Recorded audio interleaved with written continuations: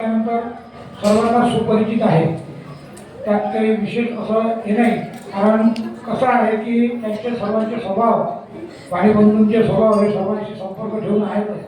परंतु ही आपली कन्या आत्ता कुठे 12वीला आहे, म्हणजे तिचा परिचय देणं मी थोडंसं महत्त्वाचं समजतो. तर ही नितीन भाऊची कन्या सध्या 12वीला JC स्कूलमध्ये शिक्षण घेत आहे. परंतु तिचा विषय पाहूनच असं बोलावं असं वाटते. तिचा विषय मी सांगायचं विसरलो, तर तिचा विषय आहे प्रवचनाचा तत्वे आपल्या हिंदू संस्कृतीची.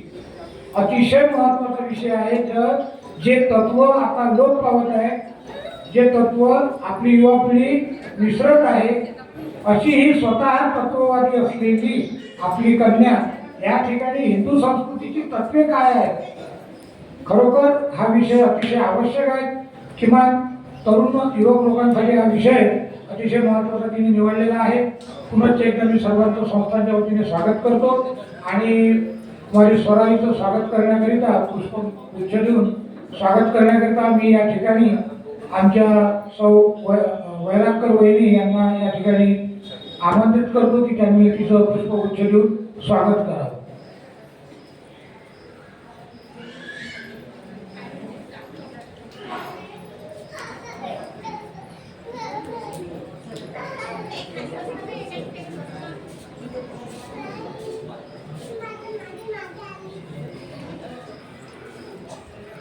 अवधूत चिंतन श्री गुरुदेव दत्त. तर या सत्रामध्ये वेळ फार कमी असतो. मी जास्त वेळ न घेता माझी स्वरालीला जी प्रवचन सेवा आहे विषय पुन्हा एकदा सांगतो. तत्वे आपल्या हिंदू संस्कृतीची या विषयावर तिने तिचं विवेचन सुरू करावं. अवधूत चिंतन श्री गुरुदेव.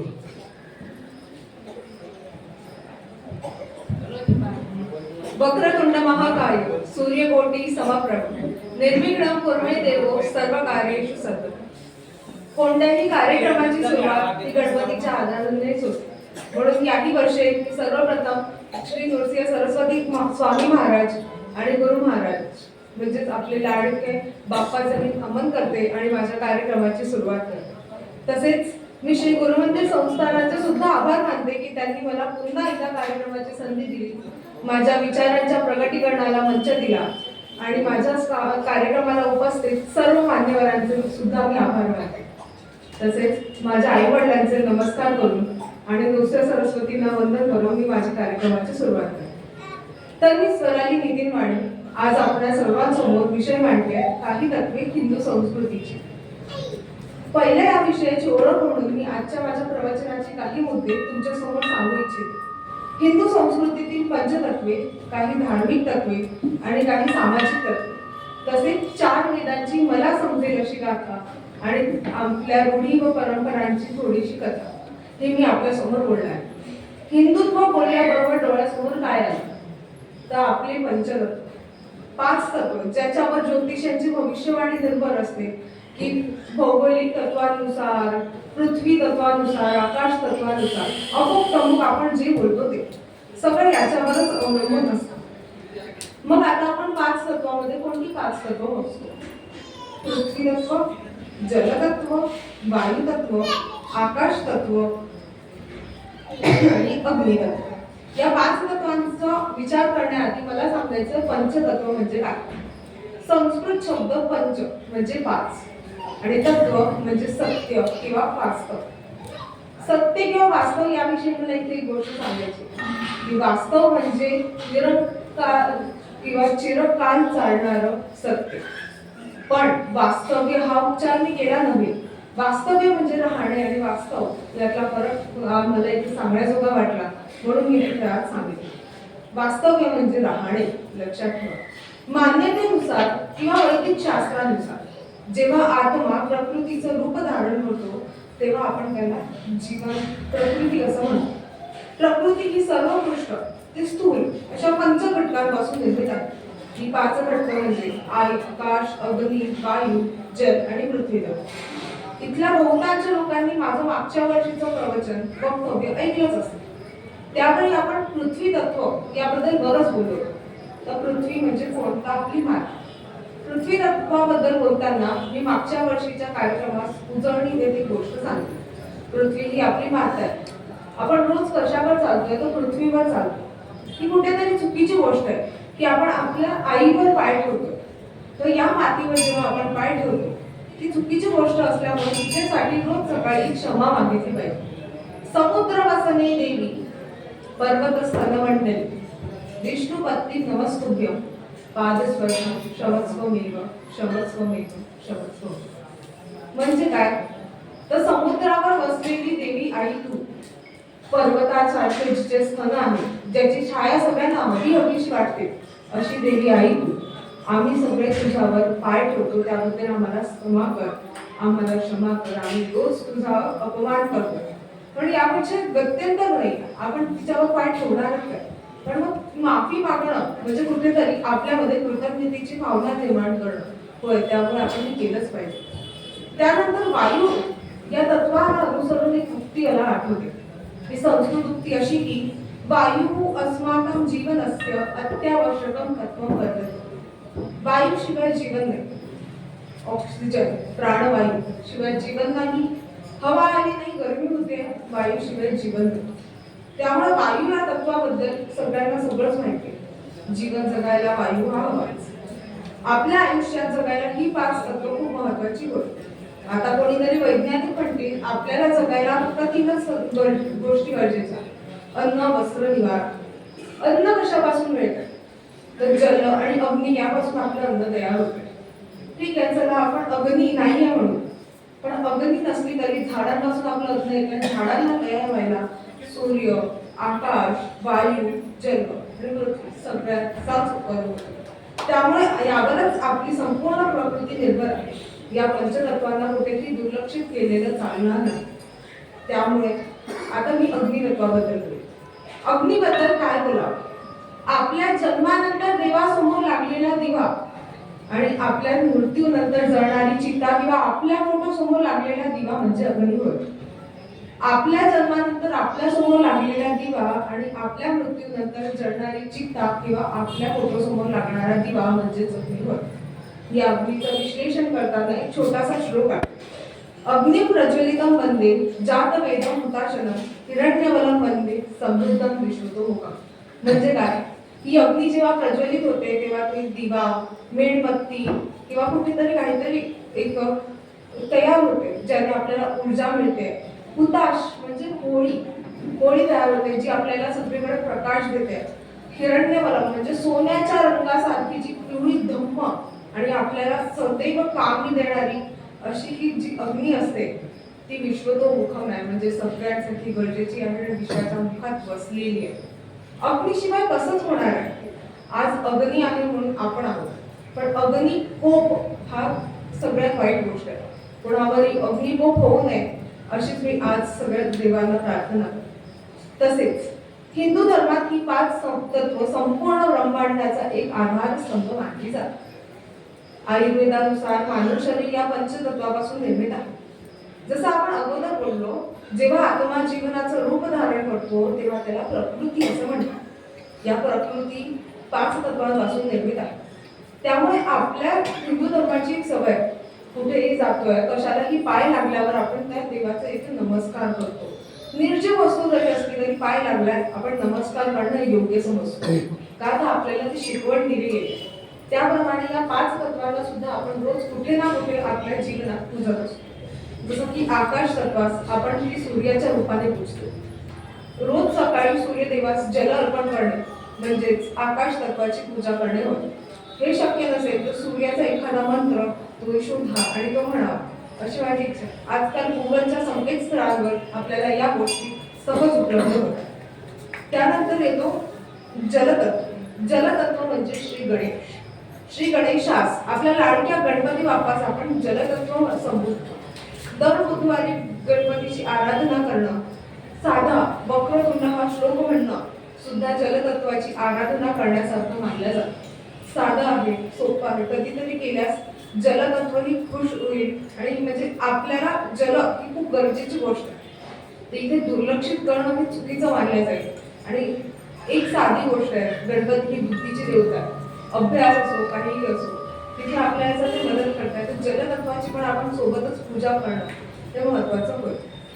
त्यानंतर आपण बघूया तिसरा तत्व अग्नितत्व. अग्नितत्वाला आपण श्री दुर्गा देवी म्हणून संबोधतो.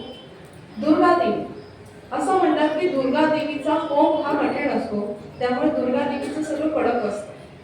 तसंच आपल्या अग्निदेवाचंही कडक असतं. म्हणून मी पहिलेच म्हटली अग्नीचा कोप नको. अग्नीचा कोप होतो, जंगलं जळतात, काय काय होतं, शेतं जळतात, सगळी राख होते. हा कोप आपल्यावर नको म्हणून दर शुक्रवारी किंवा कोणत्याही देवीला आपण व्यवस्थितरित्या पूजलं पाहिजे, त्यांचं छान केलं पाहिजे. म्हणून आजही कित्येक घरी घटस्थापना करताना विचार केला जातो, कारण देवीचं कडक असतं. सोहळं जेवढं असतं तेवढं आपण ठेवलं पाहिजे आणि तेवढं केलं पाहिजे, ज्याने दुर्गा देवी आणि अग्निदेवाचा कोप आपल्यास होणार नाही. त्यानंतर बघूया भगवान शिव. भगवान शिव म्हणजे काय तर संपूर्ण ब्रह्म म्हणजे ईश्वर. आपण भगवान शिवास भरपूर मानतो, महादेव महादेव म्हणतो. देवांचा म्हणजे महान असे महादेव. त्यांना आपण पृथ्वी तत्व म्हणून समजतो. पृथ्वी तत्वाचा जर विचार करायला गेला तर पृथ्वी तत्वाला आपण रोज पूजतो. आपण साधा जो श्लोक सांगितला त्याने पूजा, किंवा आपल्या महादेवास आपण जेव्हा गुरुमंत्राला देतो तेव्हाही नमस्कार करतोय. 2 ठिकाणी आहे त्यावेळी आपण पृथ्वी तत्वाचं नामस्मरण आवर्जून करायला हवं असंच माझं म्हणणं. श्री विष्णूच आपण वायू तत्व म्हणून संबोधित करतो. वायू तत्व मला सांगा पाऊस पाडणारा देवता कोणता तर तो असतो वरुण देवता. वरुण देवता हे वायू देवतेचं स्वरूप आहे, विष्णूचं स्वरूप आहे. त्यामुळे वायू देवता सुद्धा विष्णू भगवानांचंच रूप मानलं जातं. पण मग आता एवढं सगळं आपण कशाबद्दल बोलूया, फक्त भौगोलिक तत्व. ही 5 तत्व भौगोलिक होती, आपली होती, भौगोलिक होती, सगळ्यांना माहिती होती. पण यानंतर येतात काही धार्मिक तत्व ज्यांच्याबद्दल बोललंच पाहिजे. धार्मिक तत्वांचं काय आहे तर साधं आहे की तुम्हाला जेव्हा तुमचा वेळ असतो की बाबा आज मी पूजा अर्चना करेन तेव्हा कोणती कोणती तत्व लक्षात आली पाहिजे आणि आपलं जीवन जगताना आपल्याला जी तत्व मार्ग दाखवतात ती असतात धार्मिक तत्व. त्यात येतो पहिला तत्व सिद्धांत, दुसरा तत्व अभ्यास, तिसरा तत्व समाज, चौथा तत्व कहाणी आणि 5वा तत्व भक्ती. या तत्वांबद्दल आपण विस्तारित बोलूच. आता बोलूया सिद्धांताबद्दल. अमुक व्यक्ती हा खूप सिद्धांतवादी आहे आपण असं सहज म्हणतो. तो सिद्धांत म्हणजे काय तर आपापल्या जीवनासाठी जगण्यासाठी जो त्यांनी आपण ठरवलेला मार्ग म्हणजे आपला सिद्धांत. आता खरं सांगायला गेलं तर माझ्यासाठी आज सिद्धांत म्हणजे गुरु महाराजांची बावली, करुणा त्रिपदी, गुरुचरित्र, रामरक्षा किंवा रामायण किंवा भगवद्गीता ही मी माझ्या जीवनासाठी ठरवलेली मार्ग आहे की मला या मार्गावर चालायचं आहे, म्हणजे हा झाला माझा सिद्धांत. प्रत्येकाने हा सिद्धांत आपापल्या आयुष्यात ठरवलेला असतो. जर ठरवलेला नसेल तर अजूनही वेळ गेलेली नाहीये. तुम्ही असा सिद्धांत तुमच्या जगण्यासाठी ठेवू शकता, ठरवू शकता, जेणेकरून कोणत्याही एखाद्या निश्चित मार्गाने आपलं आयुष्य धार्मिकता आणि आधुनिकता यांच्या समन्वयीन संतुलनाने अगदी सुखकर होईल. तसेच दुसरं धार्मिक तत्व म्हणजे अभ्यास. सध्याच्या घडीला अभ्यास म्हटलं की काय येतंय डोळ्यासमोर, फिजिक्स, सायन्स, केमिस्ट्री, मॅथ्स सगळी पुस्तकं, बाकी काहीच नाही उरली. पण हा फक्त एवढाच अभ्यास नाही आहे. जो शाळेमध्ये अभ्यास शिकवला जातो तोच अभ्यास आहे का नव्हे. तो अभ्यास आहे पण फक्त तेवढाच नाही. जो आपण करतोय तो झाला वैज्ञानिक सामाजिक अभ्यास. पण आपल्याला आपल्या आयुष्यात अजून एका अभ्यासाची गरज असते म्हणजे वैदिक अभ्यास. खरं तर अभ्यास हा प्रत्येकाच्याच आयुष्यात असतो. आज या वक्तव्यास यायलाही मला कुठेतरी अभ्यास लागलाच, गरज आहे. आज कितीही म्हातारा माणूस असो काही असो त्यांना सुद्धा जगण्यासाठी कुठेतरी काहीतरी शिकावंच लागतं. अभ्यास आहेच. समाजासाठी जुळवून घेण्यास, नवीन पिढीसाठी जुळवून घेण्यास अभ्यास हा गरजेचा आहे. त्यामुळे मी काय म्हणते, पहिल्या श्वासापासून ते अंतिम श्वासापर्यंत जे चालतं किंवा जे शिकवलं जातं तो असतो अभ्यास. पहिल्या श्वासापासून ते अंतिम श्वासापर्यंत जे शिकवलं जातं तो असतो अभ्यास. पण आता वैज्ञानिक अभ्यास नव्हे, आपल्याला वैदिक अभ्यास बघायचा. आताच्या काळात वैदिक अभ्यास लुप्त होत चालले, लोक विसरत चालली. पण तरी आज आपल्या गुरुमंत्री संस्थांसारखे बऱ्याच संस्था आहेत ज्या वेधशाळा उभवत आहेत. आज अभिमानाची बाब आहे की आपल्या कारंजासारख्या छोट्या भूमीत सुद्धा वेधशाळा वैदिक अभ्यासाचं कार्य आपण खूप चांगल्या रीतीने निभवतो. त्याबद्दल मी गुरुमंदिरच्या वेधशाळेचे आभार मानेलच की त्यांनी आपल्याला हे करलं. पण अभ्यास म्हणजे वेदांचा, ग्रंथांचा, परंपरेचा हा अभ्यास शिकवण्याचं कार्य आपल्याला घडवायचंय, आपल्याला घडवायचंय. आज प्रत्येकाला शक्य नाही या वेधशाळेत जाऊन अभ्यास करणं. कदाचित ते आपल्या आधुनिकतेला मान्यही नाही. पण जेवढा आपल्याला समजेल आणि जेवढा आपल्याला गरज आहे तेवढा वैदिक अभ्यास प्रत्येकाने आपापल्या जवळ ठेवा, असं आज माझं म्हणणं. माझ्या मते आता आपण समाजाकडे बघू. समाजाची परिभाषा कशी करावी? तर आधीच्या काळी एका समाजाची सगळी व्यक्ती एक जवळ राहायची. म्हणजे काय, तर एक असं कुटुंब राहायचं. त्यांनी एका देवाला पूजायला सुरुवात केली, एकसारखं खाद्य खायला सुरुवात केली, एकसारखे सणवार साजरे केले की आज या दिवशी आपला हा सण, या दिवशी आपला हा सण, असं बोलवायला सुरुवात केली. पण त्यानंतर काय झालं की हळूहळू विस्तारासाठी, विकासासाठी, थोड्याफार पैशासाठी लोक विस्तारित झाले. आणि आपण जिकडे जातोय तिकडे आपलं कुटुंब, तिकडे आपला समाज बनवण्यापेक्षा आपण मी या समाजाची असं बोलणं सुरुवात केली. त्यामुळे असा फरक पडला की तिथे हळूहळू समाज भेद पडत गेले. तिथल्या समाजात जर आपण सामील झालो असतो, गुंतून गेलो असतो, तर आज समाजभेद हा परिचित झालाच असता. पण असं नाही झालं. उदाहरणार्थ, आधी मराठी लोक एका ठिकाणी राहायचे. त्यांनी ठरवलं की आज आपण भगवान शिव पार्वती तसेच गणपती बाप्पा, नृसिंह सरस्वती महाराज यांना पूजायची सुरुवात झाली. त्यानंतर जेवण ठरलं की हा पुरणाची पोळी खायची आहे, कोशिंबीर खायची आहे, भाजी खायची आहे, पोळी खायची आहे. सगळं प्रांतानुसार जेवण ठरलं. त्यानंतर काय झालं की विकासासाठी लोक इकडे तिकडे पसरली. म्हणजे कारंजाची लोक बाहेर गेली, बाहेरची लोक कारंजात आली आणि तिथे झाला समाज ही संकल्पना परिचित. तर मला आजही वाटतं समाज म्हणजे आपल्या आजूबाजूची लोक, आपले आई वडील, आपले नातेवाईक, आपले शेजारचे लोक, आपले मित्रमैत्रिणी, आपले वर्गमित्र, आपले गुरुजन, हे सगळे आपले समाज. बाकी हा समाज भेद नकोसा व्हावा हीच एक इच्छा मांडते. त्याच्यानंतर आपला येतो पुढचा तत्व. पुढचा तत्व काय?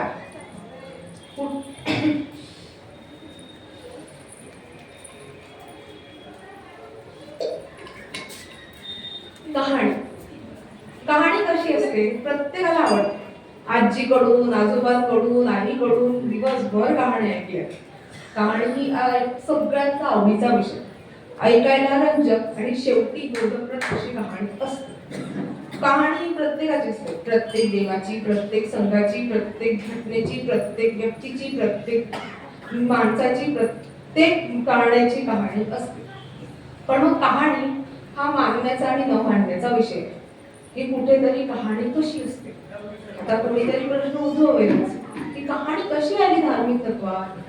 तर कहाणी म्हणजे काय? तर कहाणी पहिले बोलल्या जाते, सांगितल्या जाते.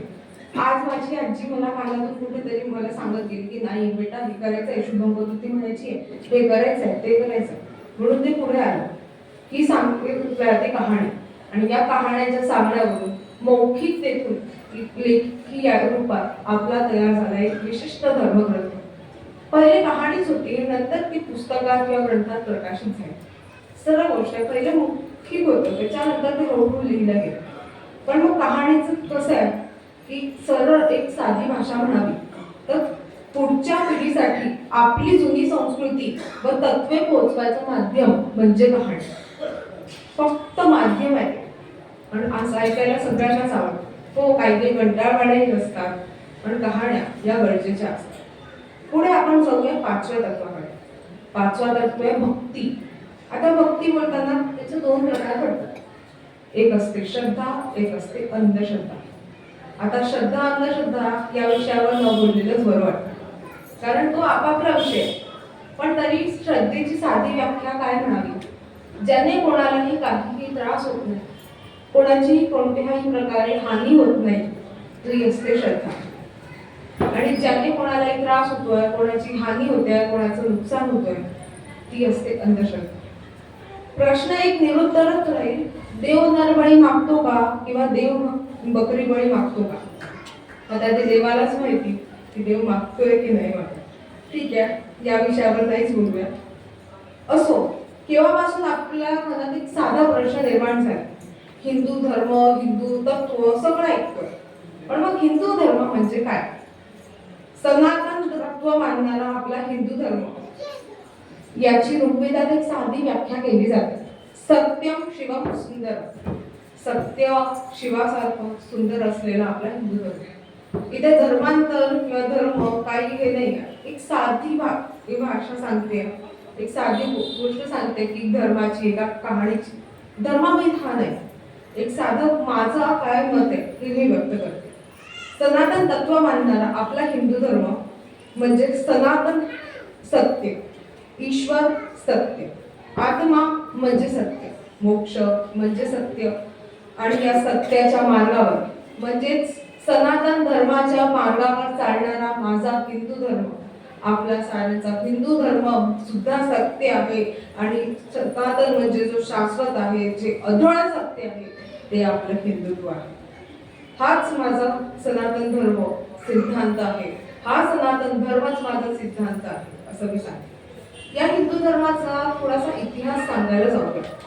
तर जर हिंदू धर्माचा इतिहास सांगायला गेलो तर हिंदू धर्माचा मुख्य आधार किंवा कर्ता धर्ता जर आपण कोणाला म्हणत असू तर ते आहे सर्वोच्च ईश्वर श्री ब्रह्म. श्री ब्रह्मदेवाने आणि त्यांनी निर्मित केलेल्या या पूर्ण सृष्टीस आपण ब्रह्मांड असं नाव दिलेलं आहे. ब्रह्मांड हे सर्वोत्कृष्ट ब्रह्मांड. ब्रह्म हे सर्व शक्तिमान व सर्व व्यापी आहे, म्हणून त्यांना हिंदू धर्माचा आधारस्तंभ मानतात. तसं पाहायला गेलं तर हिंदू धर्माचा एकही संस्थापक नाही. पण मग हिंदू धर्म कोणी सुरू केला हे कोणालाही माहित नाही, आणि मग ते ही प्रत्येकाची प्रत्येकावर असतात.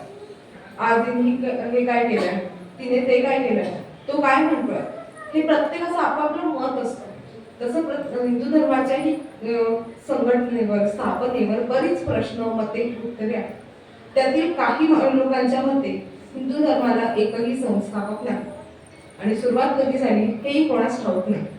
पण मग काही धर्मज्ञानांच्या मते ब्रह्मा, विष्णू, महेश, त्रिमूर्ती, दत्त महाराजांनी, अग्नी, आदित्य, वासू आणि अंगिरा यांनी हिंदू धर्माची सुरुवात केली. यातील अंगिरा कोण होते तर श्री ब्रह्मदेवाचे पुत्र अंगिरा होते. तसेच काही लोकांच्या मते ब्रह्मा हे पहिले तर श्रीकृष्ण हे हिंदू धर्माचे शेवटचे संस्थापक मानले जातात. हिंदू धर्मातील सर्वात प्राचीन या पवित्र ग्रंथ किमान 3000 BCE पूर्वीचे आहेत. काही वेद 8000 ते 6000 BCE पर्यंतचे असू शकतात. त्यामुळे यावर आपण एक अंदाज बांधू शकतो की हिंदू धर्म हा किती प्राचीन आहे. आणि BCE म्हणजे इथे एक उल्लेख करण्यासारखा वाटतो. BCE म्हणजे बिफोर कॉमन इरा, म्हणजे बिफोर क्रिस्ट. बिफोर क्रिस्ट म्हणजे येशू ख्रिस्तांच्या जन्माच्या आधीच्या काळाला आपण BCE म्हणून संबोधतो. साध्या भाषेत जर आपण म्हणायला गेला तर इसवी सन पूर्व असं सुद्धा त्याला आपण म्हणू शकतो. हिंदू धर्माच्या संस्थापकासारखाच पहिला हिंदू कोण यावरही आजही खूप प्रश्न आहेत. प्रश्न काही निरुत्तरच आहे, पण तरीही काही पुराणांच्या नुसार किंवा काही पुराव्यांच्या नुसार आदि शंकराचार्य हे हिंदू धर्माचे पहिले हिंदू मानले जातात. अध्यात्माच्या धर्मावर चालणारी आपली ही हिंदू संस्कृती 3000 प्रमुख जाती आणि 25,000 उपजातींमध्ये विभागली गेली असून प्रत्येक जात एका विशिष्ट व्यवसायावर किंवा एखाद्या विशिष्ट कामावर ठरवली गेलेली आहे. सर्व 3000 जातींची नावे घेणे कुठेतरी अशक्यच आणि 25,000 जातींना तर दूरच सोडून. त्यामुळे प्रत्येकाच्या मुखी मी हिंदू हेच वाक्य असावं. कशाला हवायचं मी हिंदू हेच वाक्य असावं. 3000 जातींना सामावून घेणारी आपली हिंदू संस्कृती एकरूपता, संघटन व बंधुभावाची शिकवण प्रत्येक वेळी घडवून देत असते. त्यानंतर परत विषयाकडे वळताना मला हेही सांगावंसं वाटतं, तत्व फक्त हिंदुत्वाचे या विषयावर माझं आज व्याख्यान नाही, तर माझं तत्व हे व्याख्यान आहे.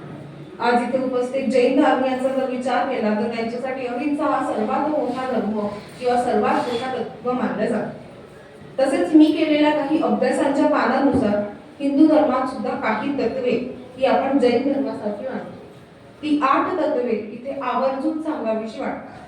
अहिंसा, दया, क्षमा, जप, तप, यम, दान आणि नियम. ही 8 तत्वे आपली जैन धर्माशी निगडीत आहेत आणि असं म्हणतात की ही 8 तत्वे आपण जर आपल्या आयुष्यात आणली तर आपल्याला निरोगी आणि सुयोग्य आयुष्य जगण्यासाठी ती लोक मदत आणि मार्गदर्शकच करतात। तसेच कोणाचाही जर विचार केला तर विश्वासापेक्षा म्हणजे धर्म किंवा कशाहीपेक्षा विश्वास किंवा श्रद्धा ती महत्वाची। विषय आस्थेचा आहे, तुमची जिथे आस्था तो तुमचा धर्म। आज कदाचित असे असेल, कोणी जैन असेल, कोणी ख्रिश्चन असेल, कोणी इतर धार्मिक असेल, आणि विश्वास श्रद्धा गुरु महाराजांवर असेल। आज असेही असेल हिंदू असूनही नास्तिक असेल, पण विषय हा श्रद्धेचा आहे, आस्थेचा आहे। तुम्हाला मनातून निराधार्मिक स्थळी शांतता लाभते, जिथे तुम्हाला जावंसं वाटतं ते धार्मिक स्थळ आपलं म्हणावं आणि तिथे जावं आणि तिथल्या धार्मिक स्थळाची तुम्हाला माहिती घ्यावी। तसे तर सगळेच धार्मिक स्थळ, मग ते जैन धर्म असो, ख्रिश्चन धर्म असो, सिख धर्म असो, सगळ्यांचे धार्मिक स्थळ शांतता देणारे आणि प्रफुल्लित ठेवणारेच असतात। त्यामुळे आपल्याला जे आवडेल ते आपण निवडावं। या सगळ्यावर मला एकच गोष्ट निदर्शनास येते, धर्म हा जितका मानण्याचा विषय आहे तितकाच धर्म हा जाणण्याचा विषय आहे। आपला धर्म जाणणे हे सुद्धा आपलं कर्तव्य आहे आणि त्याच्या मार्गावर चालणं हे आपलं तत्व आहे आणि हे सगळ्यांनी निभवलंच पाहिजे हे माझं म्हणणं। पण मग या सगळ्याचा विचार करताना मला अजून एक गोष्ट आठवली। सर्वात आधी सांगितल्यानुसार मला 4ही वेदांची थोडक्यात गाथा सुद्धा आपल्यासमोर सांगायची। आता थोडक्यात इतिहास जर सांगायला गेलं तर आपल्या हिंदू संस्कृतीत ऋग्वेद, यजुर्वेद, सामवेद आणि अथर्ववेद हे 4 वेद आहेत। त्यातला ऋग्वेद हा सर्वात प्रथम वेद आहे आणि 6व्या वेदांमध्ये सत, चित आणि आनंद हे असे ब्रह्माचे रूप आढळले जाते। म्हणून या वेदांना ब्रह्म किंवा ब्रह्मज्ञान असं आपण संबोधतो। पहिले 3 वेद ऋग्वेद, यजुर्वेद आणि सामवेद यांना एकत्रितरित्या आपण त्रैविद्या किंवा त्रिगुण ज्ञान असं सुद्धा संबोधतो। सगळ्याचा विचार करताना एक मला वाक्य सांगावंसं वाटतं।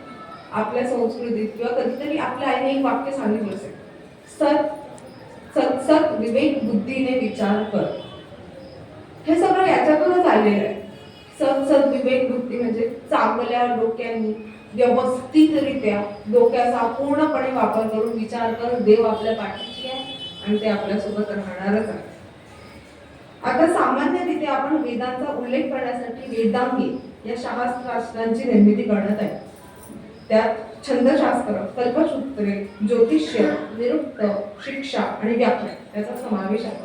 पुन्हा एकदा सांगते, छंदशास्त्र, कल्पसूत्रे, ज्योतिष्य, निरुक्त, शिक्षा आणि व्याकरण याचा समावेश आहे। निश्चितच आज माझ्यापेक्षा येथे उपस्थित वेधशाळेच्या विद्यार्थ्यांना किंवा वेद अभ्यासकांना याबद्दल जास्तच माहिती असेल आणि ते जास्त छान निरूपण करू शकतील।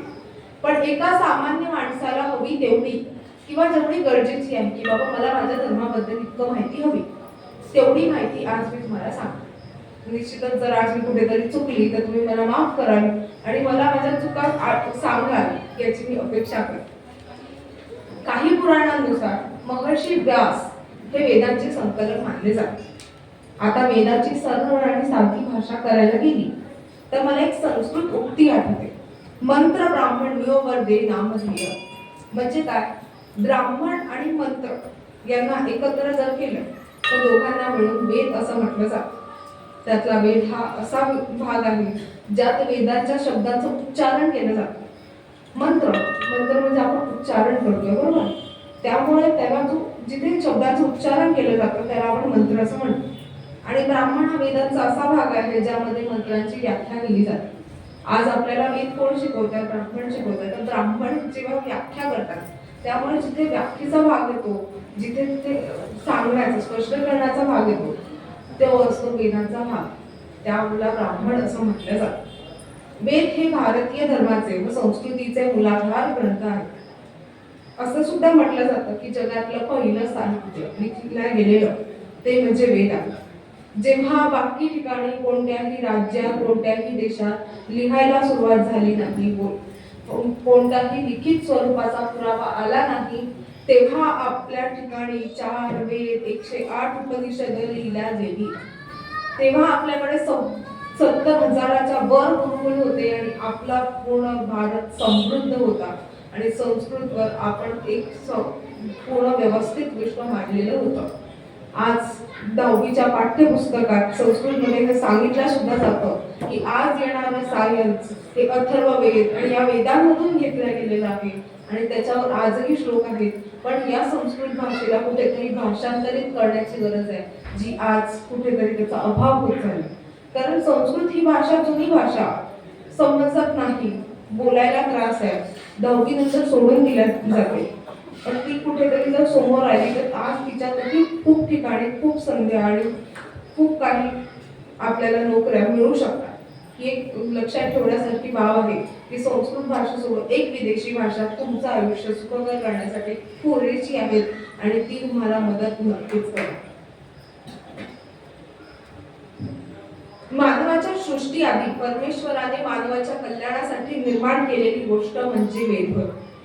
आता वेद म्हणजे काय, तर वेद म्हणजे ते अनादी आहे असं अनेक वेदिकांची धारणा आहे की म्हणजे सगळ्यांच्या आधी वेद आले, सगळ्यांचं म्हणजे मानवाच्या कल्याणासाठी आहे.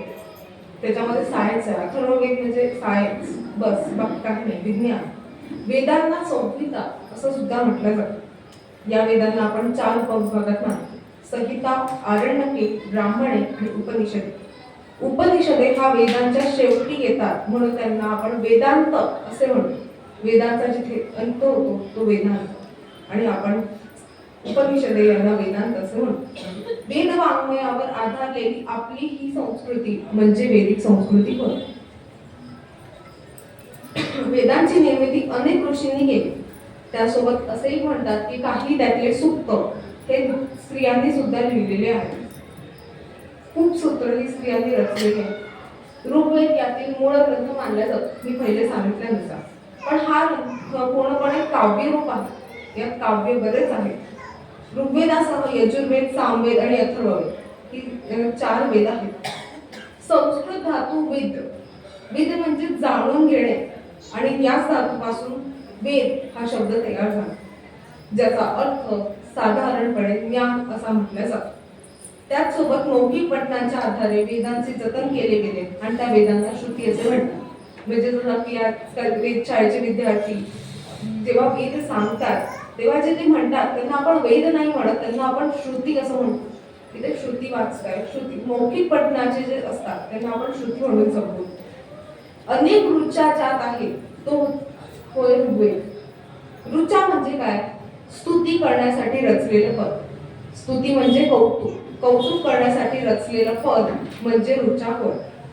अनेक ऋचा एकत्र गुंफून एखाद्या देवतेची स्तुती करण्यासाठी तयार केलेल्या सुक्ताला आपण तयार केलेल्या काव्याला आपण सुक्त असे म्हणतो. ऋग्वेद संहितेमध्ये विविध देवांची स्तुती करणारी 1028 सुक्ते आहेत. हा 35,000 वर्ष जुना वेद असून या 10 मंडले, 1028 सूत्र, 11,000 मंत्र आणि 64 अध्याय आहेत असं म्हटलं जातं. 8 अध्याय एकत्र केले की एक अष्टक तयार होतं. असे 8 अष्टक तयार करून आपला ऋग्वेद तयार होतो असं म्हटलं जातं. यानंतर थोडंसं सामवेदाबद्दल बोलू. सामवेदामध्ये एक महत्वाची ओळ अशी की भगवान विष्णूंनी भगवान श्रीकृष्णांनी सामवेदात असं म्हटलं जातं की अहम सामवेदोस्मी, अहम सामवेदोस्मी. हा सामवेदाचा गौरव आहे की श्रीकृष्णांनी म्हटलंय की मी सामवेदी आहे.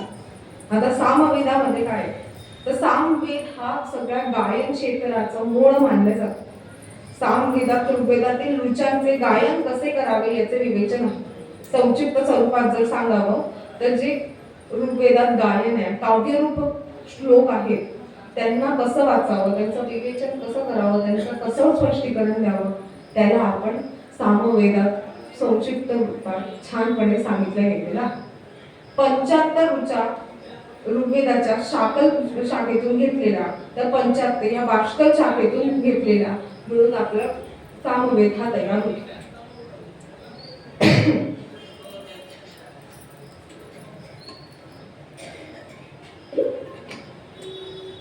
इसवी सन पूर्व 1700च्या आधी सामवेदातले काही सूक्त अभ्यासात आले असं सुद्धा म्हटलं जातं. यानंतर येतो यजुर्वेद.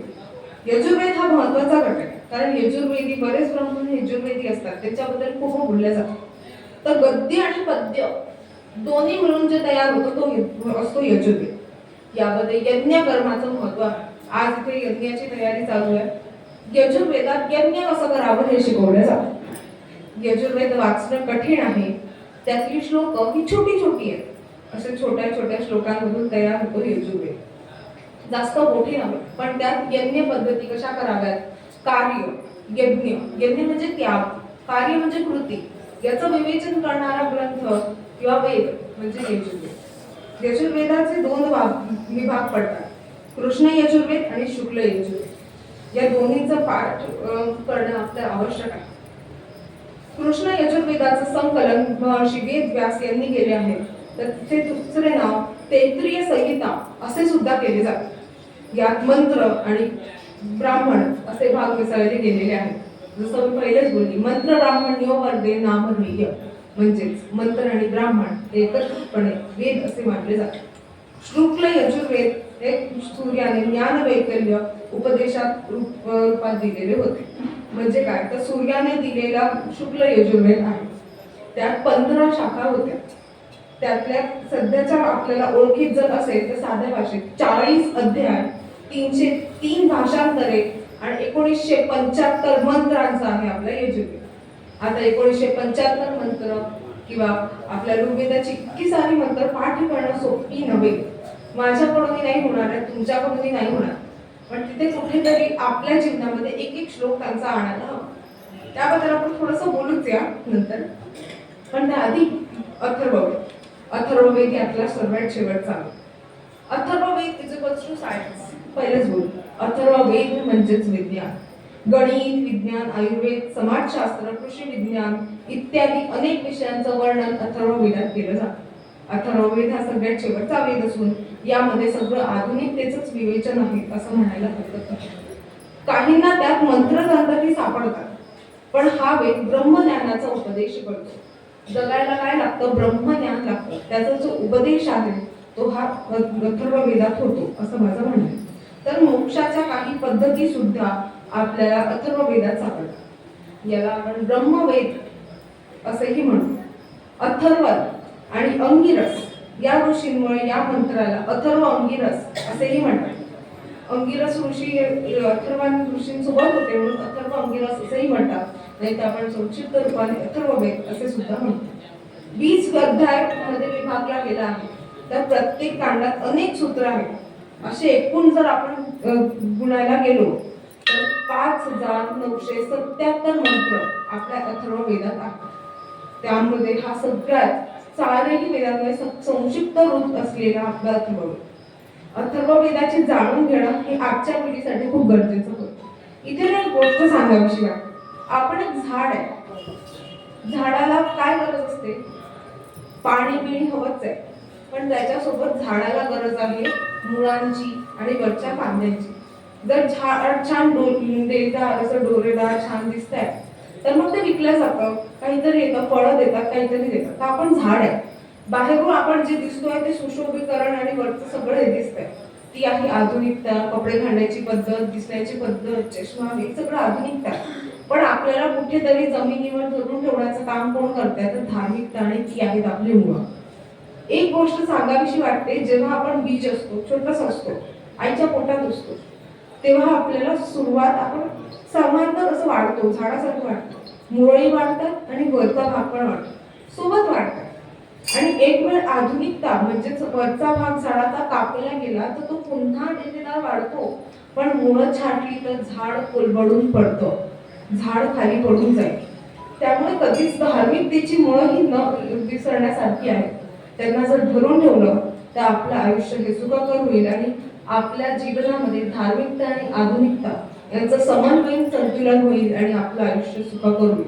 आपण एक झाड आहोत, आपल्याला मुळांची गरज आहे. हो, त्यातली जर एखादी मुळं अंधश्रद्धेची असली आणि ते जर वटवृक्षाचं असतं ना, जुना वटवृक्ष असतो ज्याच्या फांद्या अशा म्हणजे मुळं बाहेर निघालेली असतात, आपण असे वरती वरती आलेली असतात, ज्याचा त्रास होतो, चालताना माणूस पडतो, ती छाटायची असतात. तर ती असतात अंधश्रद्धेची मुळं, जी वारंवार नाही पण थोडीफार छाटायची असतात. पण धार्मिकता आपल्याला गरजेची होय. त्याला आपण विसरून चालत नाही. आधुनिकतेसोबत तिचा आपल्याला भागायचा आहे, म्हणजे जपायचा आहे. यासोबत मला एक नवीन पिढीला सांगावंसं वाटते. 4 युग असतात, 4 युगात आपले 7 जन्म असतात अशी मान्यता आहे. 4 युगांबद्दल आपण बोलूच यानंतर, पण 7 जन्म आहे. 7 जन्मात काय करायचंय? तुम्हाला काय माहिती की तुमचा हा शेवटचा जन्म आहे? कोणी सांगितलंय की हा तुझा 4था जन्म आहे, 5वा जन्म आहे, 6वा जन्म आहे? तर तुम्ही तुमच्या जन्मामध्ये तुम्ही काय करताय? काय ठरव की तुमचा पुढचा जन्म आहेच नाही? त्यामुळे जेवढं आयुष्य दिलंय देवाने तेवढं सुखकररित्या जगावं. आजची पिढीच नाही तर मोठी पिढी सुद्धा. तुम्हाला काय थोडेसे संकट आले, शेतकरी आत्महत्या करतो, कितीतरी घटना आज आपल्या डोळ्यासमोर आहेत. त्यांना विसरून चालत नाही. जन्म एकच आहे असं नाहीये, पण तुम्हाला माहितीये की हा तुमचा शेवटचा जन्म आहे. त्यामुळे कुठेतरी तुम्ही तुमचा विचार करायला हवा की एकच जन्म जो आहे माझा तो मी जगायला हवा की नाही. जर आपणच आपलं जर जीवन संपवलं तर काय होणार? तुम्ही हा विचार करावा की माझं कोणीच नाही म्हणण्याआधी हा विचार करा की माझा देव आहे. आणि देवाच्या डोळ्यात आपण खूप लोकांच्या हे पाहिलेले आहेत लीला. द्रौपदीसाठी कृष्ण आलाच, आपल्यासाठी कुठेतरी देव येईलच. तर देवाच्या तरी डोळ्यात आपण गेल्यानंतर अश्रू येणारच. आपण त्याच्याजवळ जरी आलोय तरी, पण त्याने दिलेलं हे सुंदर जीवन, आपल्या आईने एवढ्या यातना करून जेव्हा आपल्याला दिलेला जन्म आपण असा क्षणार्धात संपवा का? नका संपवू, एवढंच माझं म्हणणं. त्यामुळे एवढा जो डेरेदार वृक्ष आपण उभारलाय की आज आपण एवढं कोणी लोक 60-70 वर्ष जितके आपण वर्षाची झालेली असते, एवढा डेरेदार वृक्ष उभारलेला आहे. त्याला कोलमडून देऊ नका आणि छानपणे राहा, एवढंच माझा संदेश आहे. त्यानंतर आपण थोडंसं बघूया सामाजिक तत्वांचा. सामाजिक तत्वांचा जर विचार केला तर मी कोण? तर मी आहे एक युवक, तरुणी, आजची तरुणी. काय आहे माझं कर्तव्य?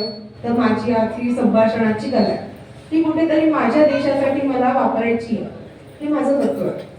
त्यानंतर आज कुठेतरी म्हाताऱ्या आजी आहे, त्यांचं काय तत्व आहे की मला माझ्या मुलांना सांभाळायचं आहे, आता मुलांचं झालं उभं, नातवंडांचं करायचं आहे आणि कुठेतरी मी त्यांच्यावर ओझने झाली पाहिजे आणि आनंदाने आमचं कुटुंब छान राहिलं पाहिजे, एवढी त्यांची तत्व आहे. आई वडील यांची तत्व काय की कुठे काहीतरी पैसा अडका आणायचा घरात, आपल्या मुलांचं छान शिक्षण द्यायचं आहे, त्यांना कुठेतरी मोठं करायचं आहे, हे त्यांचं तत्व आहे. आपण आपली तत्व विसरायला नको. एक करता धरता पुरुष, मुलगा, म्हणजे जो घरात मुलगा असतो, आजही थोडाफार म्हणजे ही दुःखाची गोष्ट आहे, पण एक मुलगा जिच्यावर खूप साऱ्या जबाबदाऱ्या पडल्या आहेत, मुलींवर कमी नाही, पण मग तरी आहेत. तर मग त्या मुलाचं काय कर्तव्य आहे? तर त्याने कुठल्याही वेगळ्या ठिकाणी आपला वेळ सदुपयोगी लावावा, एवढंच गोष्ट आहे की बाबा तुम्ही तुमचा कलेला दाद द्या, कुठेतरी तुमचा फावला वेळ वरती न्या आणि त्यासाठी कष्ट करा, एवढंच माझं म्हणणं. यानंतर आपण थोडंसं युगांबद्दल बोलूया. हिंदू धर्म प्रथानुसार परमपिता श्री ब्रह्मदेवाने काळा म्हणजेच वेळ, टाइम इज एव्हरीथिंग, त्या टाइमला 4 भागात विभागले. ते 4 भाग कोणते? सत्ययुग, त्रेतायुग, द्वापारयुग आणि कलियुग. या 4 वेळांना मला म्हणताना एक गोष्ट सांगावीशी वाटते की 4 वेळ आपल्याला देवाची किमया सांगून जातात की देव कसा आपल्यासोबत आहे. तेव्हा एक गोष्ट आधी सांगते की सगळे म्हणतात की देव माझं का भलं करत नाही, देव माझ्यासोबत का नाही. तेव्हा मला एक सांगावंसं वाटतं की जो शिकवतो तो शिक्षक असतो, जो शिकवतो तो शिक्षक असतो. मग आपल्याला देव सुद्धा आपला शिक्षक आहे आणि जेव्हा आपली परीक्षा चालू असते तेव्हा शिक्षक हे मौन धारण करून असतात. म्हणून देव सुद्धा आपल्याला शिकवलेल्या सगळ्या तत्वांची परीक्षा पाहतो आणि त्यावेळी मौन असतो आणि कुठेतरी आपल्याला फक्त एक मार्ग दाखवत असतो. त्यामुळे कधीच हे नका म्हणू की देव माझं का करत नाही, तुमची परीक्षा चालू आहे, देव मौनात बसलाय, हे लक्षात ठेवा. त्यानंतर पुराणानुसार आपल्या या कालखंडाची जी सुरुवात आहे ती सत्ययुगापासून ते कलियुगापर्यंत होते. कलियुगापासून शेवट आहे. आतापर्यंत काही गुगलच्या संकेतस्थळानुसार 27 चक्र उलटून गेलेली आहे. खरं खोटं माहिती नाही. पण 27 चक्र ही उलटलेली आहेत असं म्हणतात. सुरुवात सत्ययुग, त्रेतायुग, द्वापारयुग, कलियुग. कलियुगाच्या समाप्तीनंतर पुन्हा सत्ययुग असं म्हटलं जातं. हे चक्र सृष्टीच्या निर्मितीपासून निरंतर चालू आहे असं म्हटलं जातं. सध्या कलियुग चालू आहे जो 4,32,000 वर्ष एवढ्या कालखंडाचा आहे. प्रत्येक युगाला एक विशिष्ट क्रमांक दिला गेला आहे. सत्ययुगाला आपण 4 हा क्रमांक देतो. 4 म्हणजे काय? 4,32,000 वर्ष इंटू 4 म्हणजे गुणा 4 म्हणजे 17,28,000 वर्ष हा सत्ययुग चालतो. त्रेतायुग, त्रेतायुगाचं काय? 4,32,000 वर्ष गुणा 3 म्हणजेच 12,96,000 वर्ष एवढा त्रेतायुगाचा कालावधी चालतो. द्वापारयुग, द्वापारयुग म्हणजे काय? तर 4,32,000 गुणा इंटू 2 म्हणजेच 8,64,000 वर्ष हा त्रेतायुगाचा द्वापारयुगाचा आपला कालखंड चालतो. कलियुगाला सगळ्यात कमी पहिला नंबर 4,32,000 वर्ष एवढाच कालखंड कलियुगाचा चालतो.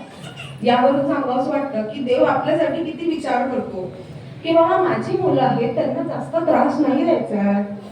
सत्ययुगामध्ये काय होतं? पूर्ण देवादेवांचं राज्य, सत्य चालायचं, सगळे आनंदात राहायचे, कुठेच कशाची तडजोड नव्हती, काही नव्हतं. असा सत्ययुगाला सगळ्यात जास्त कालावधी दिला गेला आहे. 17,28,000 वर्ष कमी कालावधी नाही आहे. एवढा मोठा आपला त्रेता युग चालतो आणि एवढी मोठी संस्कृती आपली चालते. त्यानंतर मग त्रेतायुग. बाकी असावी मी सत्ययुगाच्या जागी त्रेतायुग बोलली, थोडंसं ते लक्ष भरकटलं. पण सत्ययुगच 17,28,000 वर्ष चालतं. त्यानंतर त्रेतायुग. त्रेतायुगामध्ये काय होतं तर देवाधिकांचं राज्य थोडंसं ओसरलं होतं. मानव अधिपत्य करायला सुरुवात केली होती, राजे वगैरे थोडंसं असं आलं होतं. त्यामुळे त्या काळात जो कालखंड होता तो देवाने थोडासा कमी केला, जास्त नाही, थोडासाच कमी केला. 12,96,000 वर्ष एवढा आपल्या त्रेतायुगाचा कालखंड मानला गेला. त्यानंतर द्वापारयुग. द्वापारयुगात दैत्य दानवांचं अधिपत्य थोडं थोडं सुरुवात झाली. म्हणजे काय म्हणतो, राक्षसांचा जन्म झाला. तर राक्षसांचा जन्म झाला, कुठेतरी छळ येते, थोडी थोडी सुरुवात झाली. त्यामुळे द्वापारयुगाचा कालखंड देवाने अजून कमी करून टाकला आणि द्वापारयुगला फक्त 8,64,000 वर्ष. त्यानंतर कलियुग. कलियुगात पूर्णपणे दानवांचं अधिपत्य आलं. या दानवांच्या अधिपत्याला सगळ्यात कमी वर्ष दिल्या गेली. ती सगळ्यात कमी वर्ष म्हणजे 4,32,000 वर्ष. का तर देव म्हणे माझ्या मुलांना मी त्रास देणार नाही. आता कोणीतरी म्हणे की आमचा तर जन्म कलियुगातच झाला, तर आमचं काय, आमच्यावर देवाने दया दाखवलीच नाही. तर असं नाहीये, तुमचा जन्म होतच राहणार. 7 जन्मातले 7ही जन्म तुमचे कलियुगात संपणार नाहीये, कदाचित ते दुसऱ्याही जन्मात येतील. आणि यातही देवाने आपल्याला प्रश्नोत्तरं दिलेली आहेत. आजही तुम्ही तुमच्या जीवनामध्ये रामरक्षा करा, सर्वश्रेष्ठ म्हणा, वक्रतुंड महाकाय म्हणा, त्याच्यानंतर आपलं गायत्री मंत्र म्हणा, या कुंदेंदू तुषारहार म्हणा, गुरुचरित्र वाचा, देव तुम्हाला तुमच्या जीवनाचा सुखकर मार्ग देईल. म्हणजे देवाने हे सुद्धा सांगितलेलं आहे, आपल्या बऱ्याच पुराणांमध्ये हे लिहिलेलं आहे की दानवांचा संहार हा मी अशा व्यक्तीवर होऊ देणार नाही जो देवाचं करतोय, जो देवाची नियमित पूजा करतोय त्यांच्यावर होऊ देणार नाही. आज देवाची मूर्ती असताना दिसते का, तर जो माझं करेल त्याच्यावर मी कधीच कोणत्याही प्रकारचं वाईट घटना घडू देणार नाही असं देवाचं म्हणणं आहे. आज मला सांगा ना, किती सत्य असत्याचा खेळ चालू आहे. कोण सत्य बोलतंय, कोण सत्य बोलतंय माहिती नाही. कित्येक खेळ असत्याच्या भरोशावर चालतात. असं नाहीये की कोणी नाही जो असत्य बोलतोय. असत्य आता ही आपल्या काळाची गरज झाली. असत्य बोलणं चुकीचं नाही म्हणत आहे. कधी कधी तुम्हाला आपल्या व्यक्तीसाठी असत्य बोलावं, तर चांगल्या गोष्टीसाठी जर तुम्ही असत्य बोलताय की जिथे कुठेतरी तुम्ही कोणाची हानी नाही होत आहे, तर ते ठीक आहे, एवढं वाईट नाही आहे.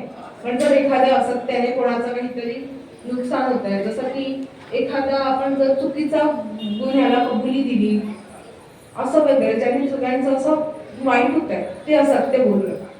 त्यामुळे या कलियुगात देवाची आराधना ही तुमच्यासाठी सगळ्यात महत्वाची गोष्ट आहे.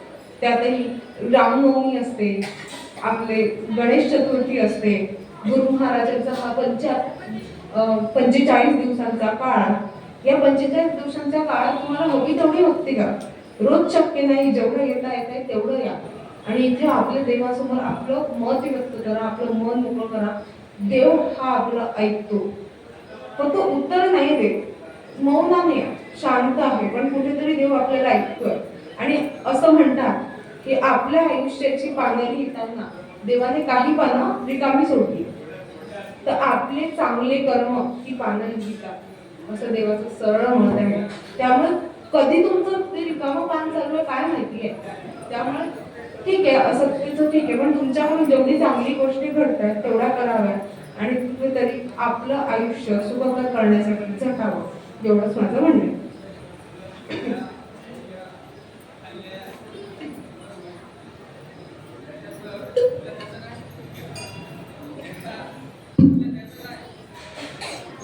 आज वेळेअभावी खूप गोष्टी कमी बोलल्या गेल्या.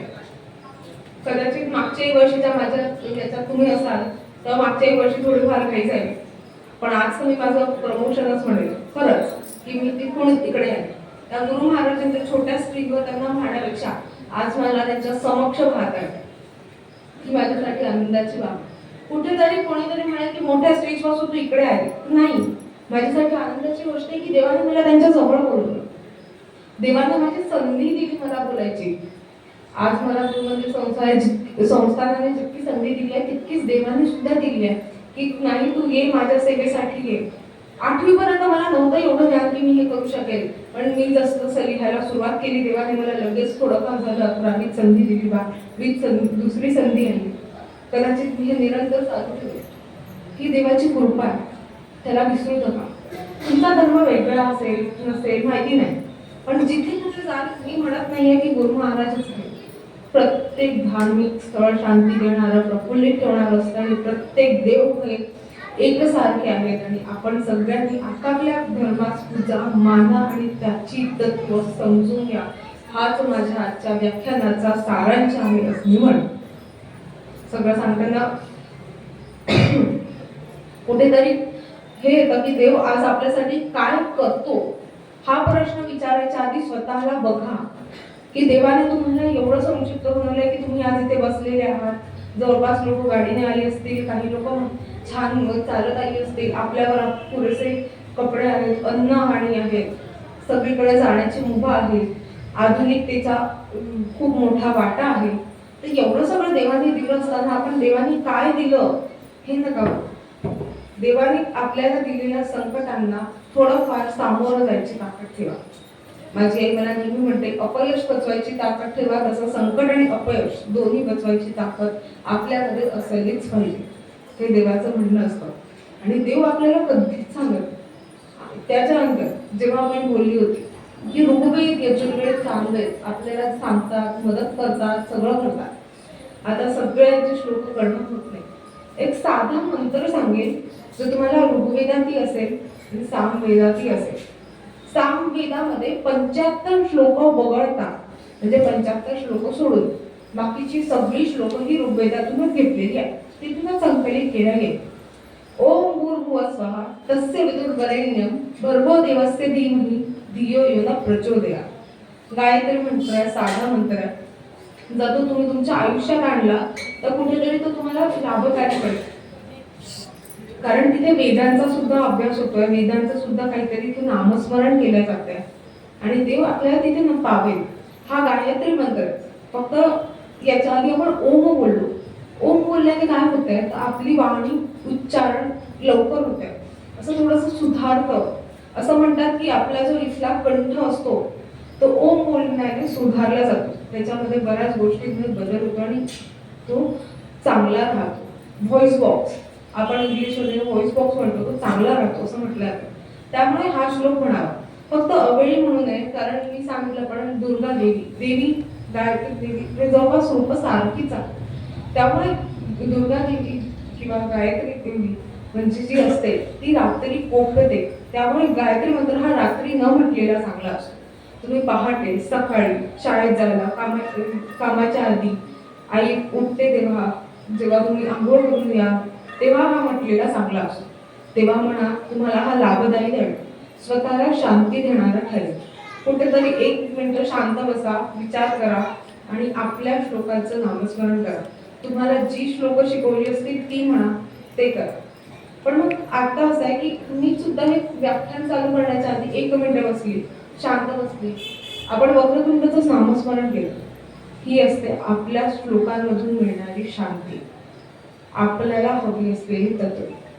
आज एवढी सगळी जेव्हा मी तत्व सांगितली तेव्हा मला हाच विचार मनात आला की कुठेतरी माझा यामध्ये वाटा असला पाहिजे. तुम्ही सगळे आता घरी जाताय तेव्हा घरी जाता जाता माझा एक प्रश्न तुमच्या मनात असला पाहिजे की मी माझी तत्व सांभाळली का? आणि जर नसेल सांभाळली तर वेळ कुठेच गेली नाहीये, वेळ थांबलाय आपल्यासाठी. कलियुग सुद्धा 4,32,000 वर्षांचा आहे. तर आजही तो विचार करा की मी माझी तत्व कशी सांभाळावी, काय सांभाळावी आणि कसं करावं. आणि नक्कीच तुम्ही हे सगळं कराल अशी मी विनंती करते. आज अजून एक जाता जाता म्हणेन की माझ्या बोलण्याचा तुम्ही विचार करा. मी मोठी नाही, बिलकुल मोठी नाही, मी तुमच्यासारखी लहान, तुमच्या सगळ्यांपेक्षा लहान. मला जेवढं समजतं तेवढं मी सांगेन, काही जास्त नाही, काही कमी नाही. हो, मी चुकली असेल, मला माफ करा. माझी 12वीचं वर्ष आहे. मी 12वीच्या वर्षात असताना इथे कशी हा प्रश्न नको, पण जेवढा अभ्यास माझ्याकडून झाला तेवढा मी करायचा विचार केला. घरी जाऊन इथे बसून सगळ्यांनी विचार करा. कायेन वाचा मनसेंद्रियेंद्वा बुद्ध्यात्मतावा प्रकृती स्वभाव करो मी यज्ञम सगळं परस्मय नारायणायती समर्पयामि. अर्थ काय आहे याचा? आपल्या खाली लोटांगणमध्ये आपण हे म्हणतो, पूर्ण खाली लोटांगण जे आरती झाल्यानंतर गोल गोल फिरतं आणि म्हणतो आपण, त्याच्यामध्ये आपण हे म्हणतो. म्हणजे काय की आज मी एवढी सगळी आरती केली, एवढा सगळा पाठ केला, देवा हा सगळा तुला समर्पित आहे. आता तुम्ही झाले 1 तास झाला, जवळपास माझा 1 तास. तर देवा मी केलेलं सगळं प्रवचन, मी केलेले आजची सगळी मुद्दे मी तुला समर्पित करतोय. का? तर देवा माझं सगळं जे अस्तित्व आहे तुझ्यावर निर्भर आहे. आज तुझ्या अस्तित्वामुळे मी आहे आणि तू मला हे आयुष्य दिलं त्याच्याबद्दल मी खूप आभारी आहे. आजकाल एक नवीन शब्द चर्चेत आहे, मॅनिफेस्टेशन. या मॅनिफेस्टेशन मध्ये देवा मी तुझी आभारी आहे हे सुद्धा जर तुम्ही रोज म्हणाल ना तर तुमच्यासाठी ही आनंदाची गोष्ट असेल. माझं आजचं हे सगळं वक्तव्य मी आजच्या नारायणा म्हणजेच माझ्या श्री गुरुचे सरस्वती स्वामी महाराजांना आणि आपल्या गणपती बाप्पाला, तसेच माझे सगळे इष्टदेवता, तुमचे इष्टदेवता, त्यांना मी समर्पित करते आणि आज इथेच विराम देते माझ्या शब्दांना. धन्यवाद.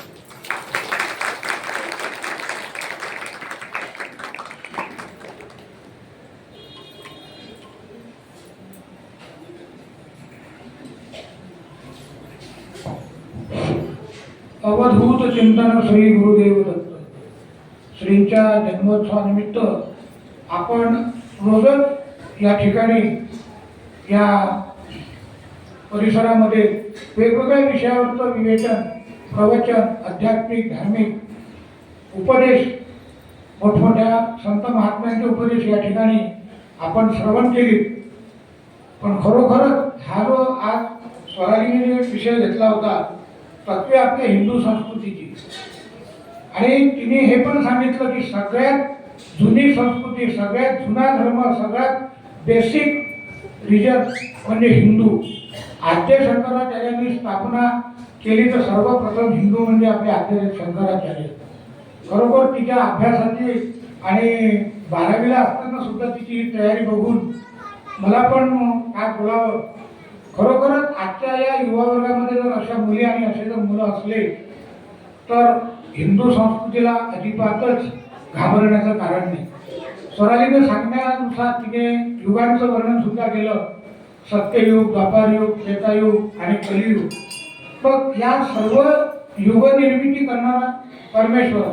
मग आपण विनाकारण पस्तावाचं निर्वा, मलाच का कलियुगात जन्म दिला, जन्म मरण नको रे बाबा असं म्हटलेलं आहे. परंतु खरोखर तुम्ही या जन्मामध्ये जर पुण्य केले असाल तर आता या कालावधी काही जास्त सांगितला नाही आहे, 4,32,000 हा कालावधी कलियुगाचा सांगितला. तर आपण असं समजूया की याच्यानंतर परत सत्ययुग येईल. तर या सत्ययुगामध्ये जर जन्म घ्यायचा असेल तर आज हे जे आपलं संस्कार, या संस्काराच्या माध्यमातून समाज प्रबोधन हे एक भक्तीच आहे. देवघरामध्ये 2 तास पूजापाठ करणं काय आणि 2 तास सर्व समाजापुढे आध्यात्मिक विचार आपल्या संस्कृतीचं सुदर्शन हे मानणं काय ही एक परमेश्वराला पावलेली सेवाच आहे. मी जास्त काही वेळ घेणार नाही आहे. तर स्वरालिक संस्थांच्या वतीने धन्यवाद. या ठिकाणी सर्व गुरुभक्त तिचं श्रवण केले त्याबद्दल धन्यवाद. संस्थांच्या वतीने तिला आशीर्वादपर तिचा सत्कार करण्यासाठी आणि आशीर्वाद देण्यासाठी हरिभक्त परायण निठुरकर महाराज यांना मी थोडा प्रहार देऊ इच्छितो की त्यांनी तिला आशीर्वाद देण्याकरिता या ठिकाणी यावं.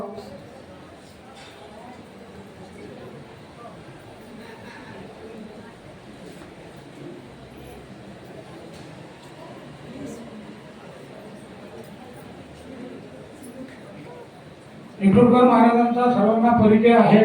श्रीपाद श्रीवल्लभ चरित्रामृत जे आहे तर महाराजांना विनंती करतो. काय महाराज आशीर्वाद पर 2 शब्द बोलणार आहे. श्री गुरुदेव दत्त. अभ्यास सुंदर झालेला आहे. खूप छान. या वयामध्ये अभ्यास करणे अत्यंत आवश्यक आहे. शैशवे ग्रस्त विद्यानां यौवने विशेषिणां वार्धक्ये मुनिवृत्तीनां योगेनांते तरुतेजां ही रघुवंशाची परंपरा आहे. शैशव अवस्थेमध्ये काय करावं? ध्यानार्चन करावं. कारण पूर्वे वयसी यत्कुर्यात् येन वृद्धं सुखं भवेत्. पूर्व वयामध्ये असं की करावं त्याने वृद्धापकाळ सुखाचा जाईल. उत्तम अभ्यास केलेला आहे. आता वेद पहिला कोणता, दुसरा कोणता, तिसरा कोणता, चौथा कोणता असं काही ठरवता येत नाही. कारण एक एव पुरा वेदा, एकच वेद होता. आता कोणता होता? एक आसी यजुर्वेदा. व्यासाने लिहून ठेवलंय एक आसी परिपुराणामध्ये एक आसी यजुर्वेदा हा यजुर्वेद होता. कारण यज्ञसंस्था होती आणि यज्ञसंस्थेमुळे आमचा हिंदू धर्म टिकलेला. यज्ञेन यज्ञम आयजंत देवाः तानि धर्माणि प्रथमानि आसन्. पहिला धर्म कोणता? यज्ञ. आणि यज्ञाकरता वेद आहे. वेदा ही यज्ञार्थ अभिप्रवृत्ता असं सांगितलेलं आहे. वेदाची निर्मिती यज्ञाकरता झाली असं विवेचन शास्त्रात सांगितलेलं आहे. मग आता वेद एवढा मोठा आहे की त्यात एवढा अभ्यास करणं शक्यच नाही. एवढा अभ्यास काय शक्य आहे वेदाचा? एक वेदाचा अभ्यास करायला 12 वर्ष घनपाठी व्हायला लागायचे. जटा माला शिखा रेखा ध्वजो दंडो रथो घना एवढा अभ्यास करायचा म्हणजे खूप वेळ लागायचा आणि 48 वर्ष जायची. आता गुरुजी 6 वर्षात शिकवतात, घनपाठी करतात, तरी साहित्य 24 वर्ष झाली ना. पण तरी काय केलं? यज्ञामध्ये 4 प्रकारचे ऋत्विज असतात: होता, अध्वर्यू, उद्गाता आणि ब्रह्मा. तर काय केलं? सिलेबस प्रमाणे 4 अभ्यास वेगळे केले. होत्र कर्म जे आहे देवाच्या स्तुती सगळे सुक्त ऋग्वेदात घेतले. बरं एकच अभ्यास आहे. सायन्स म्हणले की त्यामध्ये फिजिक्स, केमिस्ट्री, बायोलॉजी सगळे आले. सायन्स म्हटले की पण त्यामध्ये प्राणीशास्त्र वेगळं केलं, वनस्पतीशास्त्र वेगळं केलं, रसायनशास्त्र वेगळं केलं, हे सगळे वेगळे. तसं वेद म्हणजे एकच आहे पण त्यामध्ये होत्याचं कर्म वेगळं, अध्वर्यूचं कर्म वेगळं, उद्गाताचं कर्म वेगळं आणि तंत्र मंत्र ब्रह्माचं कर्म 4 प्रकारचे ऋत्विज असतात आणि त्याप्रमाणे सिलेबस केलं आहे आणि त्याप्रमाणे ही यज्ञसंस्था चालू आहे. सुंदर अभ्यास आहे. आता कोण म्हणावा का आणि हा ज्याच्यात आपला आपला मताचा भाग आहे त्यावर मी विवेचन करत नाही. तो सुंदर अभ्यास आहे. अशा प्रकारे उत्तम अभ्यास करावा. श्री स्वामी समर्थ स्वामी महाराज त्यांना खूप आशीर्वाद देव, कृपा करो आणि योग्य तत्वलोक आपले मांडण्याचा अधिकार देव अशी मी स्वामीला प्रार्थना करतो आणि आमचे आशीर्वाद आहेत. महाराजांना मी विनंती करतो की संस्थांच्या वतीने स्वरालीला श्रीफळ देऊन सत्कार करावा.